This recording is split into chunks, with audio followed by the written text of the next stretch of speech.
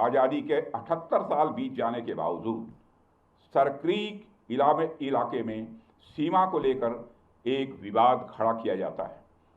भारत ने कई बार बातचीत के रास्ते इसका समाधान करने का प्रयास किया है, मगर पाकिस्तान की नीयत में खोट है, उसकी नीयत साफ नहीं है।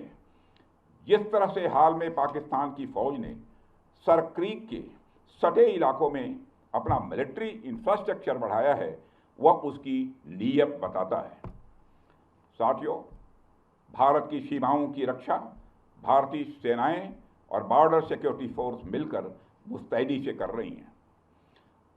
अगर सरक्रीक इलाके में पाकिस्तान की ओर से कोई भी हिमाकत की गई तो उसे ऐसा करारा जवाब मिलेगा कि इतिहास और भूगोल दोनों बदल जाएंगे मेरे साथियों।